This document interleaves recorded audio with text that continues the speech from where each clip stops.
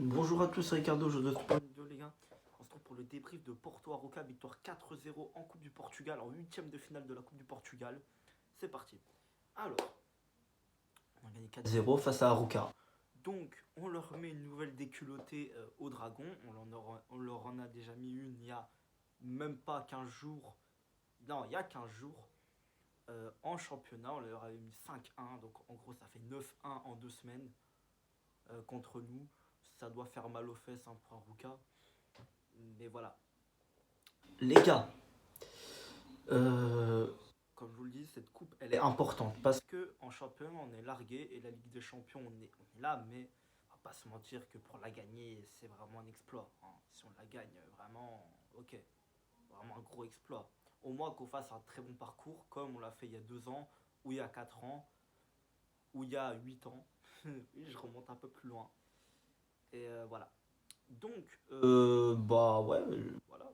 Par contre, je ne peux pas faire à longtemps parce que j'ai toujours ce problème de stockage que j'arrive pas à régler. Donc, on va tout faire pour essayer de le régler. Donc, euh, du coup, c'est ça aussi mon problème. J'arrive pas à faire vite. Je suis obligé de faire perdurer les vidéos à chaque fois. Bon, donc du coup, ouais, on peut espérer cette coupe parce que bah forcément ça joue en une confrontation directe. À part en demi-finale où c'est aller-retour. Sinon, sans confrontation directe, donc tout peut se passer. Alors que bah, le championnat, on a déjà du retard. On sait très bien que ça va être compliqué de rattraper Benfica. Braga encore, parce que oui, on est troisième, attention, hein, on est repassé derrière Braga à cause du match nul face à Casapia. On peut repasser devant Braga, je pense qu'on va repasser devant. Si on fait pas trop n'importe quoi, parce que Braga, eux, justement, ils ont l'habitude de perdre de temps à autre. Donc voilà. Parce que nous, forcément, on n'a pas l'habitude vraiment de faire. Par contre, Benfica, ça va être très compliqué du coup. J'avais encore un espoir quand ils avaient perdu face à Braga, mais là, vu qu'on a repris 2 points de plus de retard, ça va être plus compliqué, mais on y croit toujours. On a déjà remonté 7 points de retard en février. Là, on est en janvier. Donc, ça peut le faire. Mais c'est pas du tout. Enfin, Benfica n'a pas du tout le même niveau. Là, ils sont beaucoup plus forts, faut le dire. Donc voilà, ça va être compliqué. Donc autant tout donner sur la Coupe du Portugal. J'ai pas dit la Coupe de France tout à l'heure.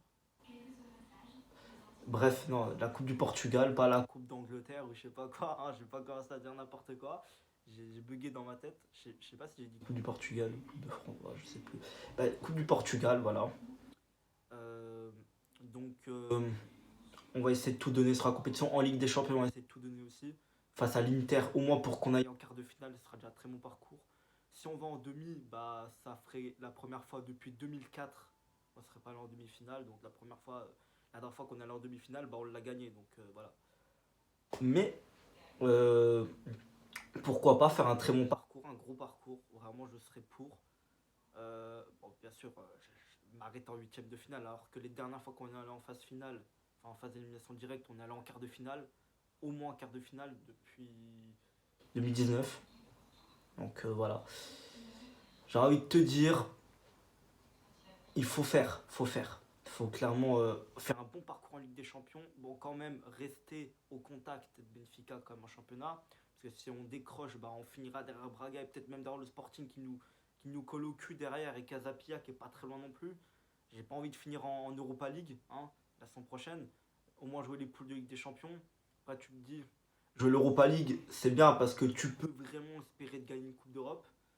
Parce que la Ligue des Champions, on va pas se mentir, il y a tellement de gros clubs que gagner, ce serait de l'irréel.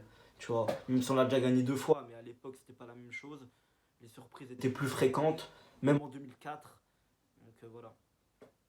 Donc du coup, on va faire les buteurs. On y a eu un but de Galeno et un triplé de Tony Martinez. Donc du coup, on va faire les tops et les flops. En top, bah, Tony Martinez simplement qui a mis le triplé. Il n'y a rien à dire, incroyable. En deux, bah Jean-Mario, les gars. Oh, Jean-Mario, il est incroyable en ce début d'année 2023. Jean-Mario, il revit. En fait, j'ai l'impression que 2022, c'était pas son année. En fait, si vous vous rappelez bien, en 2021, il était fort, Jean-Mario. En 2021, vous vous rappelez, début de saison 2021-2022, Jean-Mario, c'était quelque chose, hein. Il détruisait toutes les défenses, hein, sur son côté droit. Là, ce qu'il fait actuellement, il le faisait en 2021. En 2022, il est devenu cramé. Là, en 2023, il est en train de revivre. Bah, j'espère que ça restera comme ça pendant toute la deuxième partie de saison, parce qu'on aura besoin d'un bon arrière droit pour une fois. Donc voilà. Et puis en troisième top, je mettrais, mine de rien, Galeno.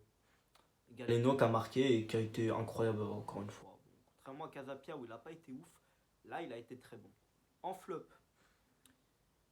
flop, compliqué d'en désigner un parce que Wendell s'est repris. Galeno s'est aussi repris. En vrai, j'ai pas tant de flops que ça, ils ont tous été bons. Même si Tarimi a pas marqué, il a quand même encore apporté dans le jeu. Il a été moins en réussite, mais il en a. Et puis Jean-Mario, il a fait deux passes D. Hein. Attention, deux passes D, ou trois, je sais plus.